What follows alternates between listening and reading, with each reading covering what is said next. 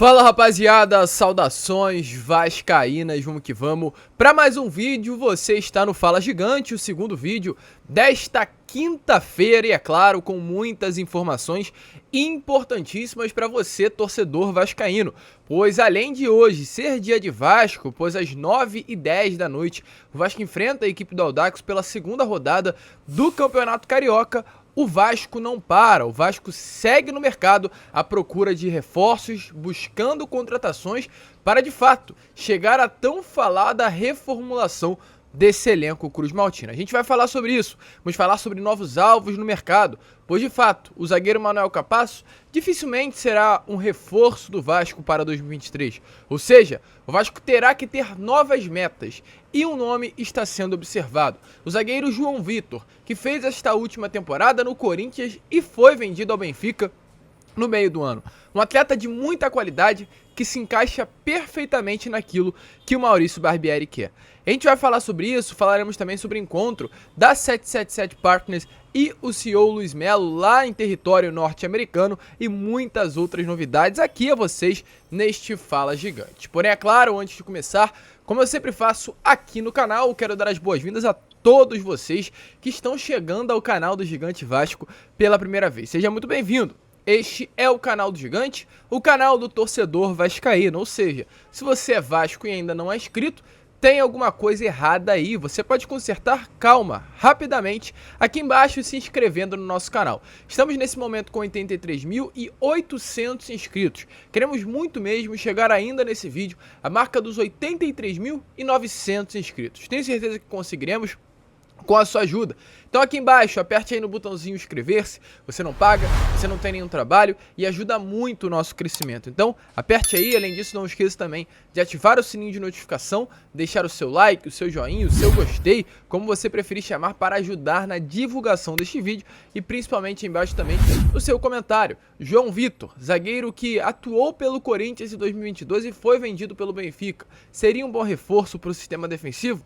A gente vai falar sobre isso, mas já deixa aí a sua opinião. Tranquilo, rapaziada? Mas vambora, né? Sem muita enrolação, falar logo de Vasco, pois é claro, meus amigos, como a gente vem trazendo pra vocês, inclusive trouxe ontem, trouxe no Acorda Vascão de hoje às 9h10 da noite, tem Vasco da Gama e Audax. Um jogo importante aí, não é claro para as pretensões do Vasco para 2023, pois para quem acompanha o Vasco da Gama sabe muito bem que eu venho já comentando com vocês há longo tempo, que o elenco que vai a campo hoje não será o elenco utilizado em 2023 pelo Vasco. O elenco que o Vasco irá utilizar em 2023 está nos Estados Unidos. Aqui é o resto do resto, se é assim que eu posso falar. Ou aliás, até para diminuir aí, né, esse tom, o reserva do reserva é Matheus Barbosa, que é um atleta que ainda está na dúvida se vai jogar pelo Vasco em 2023 ou será emprestado ou até mesmo vendido para algum outro clube. É o caso do Zé Santos, é o caso do Eric, é o caso de vários outros atletas que nesse momento ficaram no Rio de Janeiro até para tentar mostrar um serviço, como o próprio o Paulo Vitor, lateral esquerdo, que na minha opinião é melhor até que o próprio Edmar, com o próprio Galarza, que pelo que jogou no último sábado contra o Madureira, pode vir a ser utilizado sim em 2023 pelo técnico Maurício Barbieri, mas tudo depende de como serão essas partidas realizadas por esse elenco que ficou no Rio de Janeiro durante as primeiras rodadas do Campeonato Carioca. E principalmente hoje, diante do Audax, o que será importante para nós vermos é a garotada.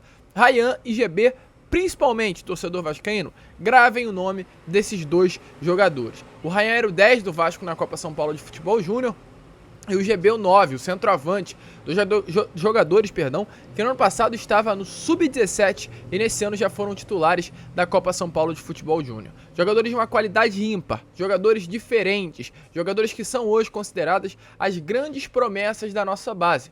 Vão ser relacionados para essa partida, a gente espera que o Emílio Faro coloque eles para jogo, porque hoje de fato, principalmente para essa partida contra o Audax, não é um jogo que a gente vai olhar e vai pensar, imaginar que o Vasco vai golear. A gente vai torcer pela vitória, mas é muito mais uma análise para servir de laboratório. A gente vê essa garotada jogando e pensar, será que serve para 2023? Será que já dá para utilizar na próxima temporada? Então, veja o jogo de hoje, contra o Audax dessa maneira. Claro, sempre torcendo pela vitória, que Vasco tem que vencer, mas principalmente desse jeito, analisando as peças que o Vasco tem no elenco e que ficaram aqui no Rio de Janeiro. E não para por aí, pois como eu falei para vocês lá na introdução do vídeo, mesmo hoje, tendo o Vasco e Audax, o Vasco se mexe nos bastidores buscando reforços, buscando contratações. E não à toa, como está aparecendo aí nas imagens a vocês, hoje teve um encontro entre o CEO do Vasco, Luiz Melo, com os executivos da 777 Partners na Flórida. O CEO aí se reuniu, como foi informado, né, no caso, nestes últimos dias, que haveria esse encontro já na quinta-feira. O Vasco tem uma agenda de negócios aí também na passagem pelos Estados Unidos da América, e o Paulo Brax deve também estar presente nesses próximos encontros. Encontros importantes aí de fato para preparar, para estruturar ainda mais essa reformulação no ano de 2023. Importante essa união entre Vasco e 777 Partners cada vez mais próxima. E como eu falei, essa união, é claro, é para uma reformulação. E para reformular, precisa-se de reforços. E antes de entrar no assunto sobre o João Vitor, quero falar aqui só sobre Léo Naldi. Pois o que acontece, meus amigos, a gente vem falando para vocês que esse nome, esse volante da Ponte Preta, está em alta internamente dentro do Vasco da Gama. Isso é um fato. É um nome que interessa, e interessa muito. É um jogador jovem, um jogador que vem se destacando, um jogador que tem apenas 21 anos e já é um dos grandes destaques, se não o grande destaque da Ponte Preta. É titular absoluto desde 2021. São 75 partidas e 6 gols marcados. Segundo informações, um clube português tentou a contratação, além também do América Mineiro. As duas propostas formalizadas foram por empréstimo, mas a Ponte acabou não aceitando. Como também não aceitou a proposta do Vasco. A gente havia dito a vocês, o Vasco formalizou uma proposta pelo Léo Naldi, R$500 mil, ou seja, R$500 mil por um empréstimo de um ano, e dependendo, opção de compra, né, no caso no vínculo contratual, e dependendo do jogador, caso ele venha a ter se destacado, o Vasco efetuaria os direitos de compra do atleta apenas um ano após o contrato assinado. E isso não interessa a Ponte. A Ponte hoje, como vários clubes do futebol brasileiro, vive um momento de dificuldade financeira. Então, se for para receber dinheiro, quer receber de maneira imediata, não um ano depois do contrato assinado. Então a Ponte quer vender o jogador. Segundo informações, a Ponte estaria aceitando receber aí algo em torno de R$3 milhões, mesmo a multa rescisória do atleta sendo 20, a Ponte estaria disposta a baixar esse valor para ter dinheiro em mãos. E segundo informações, o Vasco também estaria disposto a formalizar essa proposta nos próximos dias. Um fator que ajuda muito é a parceria, é a amizade, a união que Abel Braga, atual diretor técnico do Vasco, tem com o presidente Eberlin da Ponte Preta. O Abel vem conversando diariamente para saber as situações de negócios que giram em torno do Léo Naldi e também avaliando essa nova proposta que o Vasco formalizará pelo atleta. E não à toa, como há essa expectativa, Paulo Brax e Maurício Barbieri, a gente já informou isso a vocês, mas volto a repetir, vem conversando diariamente com o Léo Naldi, com o objetivo de mostrar o interesse pelo atleta e mostrar também a vontade que o próprio Barbieri tem de contar com o jogador para as próximas temporadas. É um jogador de muita qualidade, é um jogador que interessa, é um atleta daquelas posições que a gente viu que vai fazer falta em 2023. Nesse último jogo contra o River Plate foi mais um laboratório, e a gente percebeu, o Vasco precisa de um zagueiro pelo lado direito, não à toa a gente vai falar sobre o João Vitor já. O Vasco precisa de um volante, o Vasco precisa de um camisa 10 no lugar do Nenê, o Vasco precisa de um ponta. E para essa posição de volante, o Léo Naldi hoje é uma das prioridades. Sobre isso, inclusive, quem falou sobre o jogador foi o atual auxiliar da Ponte Preta, Guilherme dos Anjos, filho do Hélio dos Anjos, técnico da Ponte. O Guilherme disse assim: o Naldi tem um foco absurdo, merece o melhor, merece as propostas, merece ser vendido. O nível de concentração é acima da média, não à toa que estão atrás dele, tem um padrão de consistência absurdo. Foram 40 jogos ano passado, terminando os 90 minutos e se bobear ainda da sprint depois do apito final. E ele ainda prossegue com outras falas. O que ele melhorou no entendimento do jogo é algo absurdo, na leitura dos movimentos. Para mim, o Naldi é um cara que não tem quase nada de negativo hoje, principalmente essa questão de foco. Ele não pensa pequeno, ele pensa grande. Então é esse jogador que o Vasco busca, no caso, o auxiliar técnico da Ponte, clube onde o Léo Naldi atua, rasgou aí elogios ao seu atleta.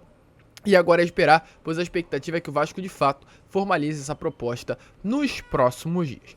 Quem o Vasco acabou formalizando uma proposta e não deu certo foi o Manuel Capasso. A gente trouxe a vocês. O Vasco formalizou uma proposta, uma outra proposta, inclusive. O Vasco fez 3 propostas pelo Manuel Capasso e a terceira pelo valor de 12 milhões e meio de reais. Porém, o Vasco teria realizado essa proposta, deixando bem claro que iria pagar esse valor em 6 vezes. O Atlético Tucumã, clube que detém os direitos econômicos do Capasso, não aceitou. Então, com isso, a venda não aconteceu. O Atlético queria 2 vezes, o Vasco ofereceu 6 e esse imbróglio fez com que a negociação não fosse concretizada. Inclusive, ontem mesmo, o próprio Manuel Capasso disse assim: aparentemente vou seguir no clube, então mantenho a cabeça aqui, em uma entrevista onde foi perguntado sobre o seu futuro. Ou seja, o Vasco hoje vai ter que procurar outro zagueiro no mercado. O Vasco hoje já tem o seu sistema defensivo muito bem montado. O Vasco tem o goleiro, que é o Ivan. O Vasco vai no mercado à procura de um reserva para a posição. O Vasco tem o zagueiro esquerdo titular, que é o Léo Pelé. O zagueiro é o Anderson Conceição, reserva do Léo Pelé, mas é muito criticado ainda, mas já assinou seu vínculo contratual de renovação, vai até o final do ano, então será o reserva.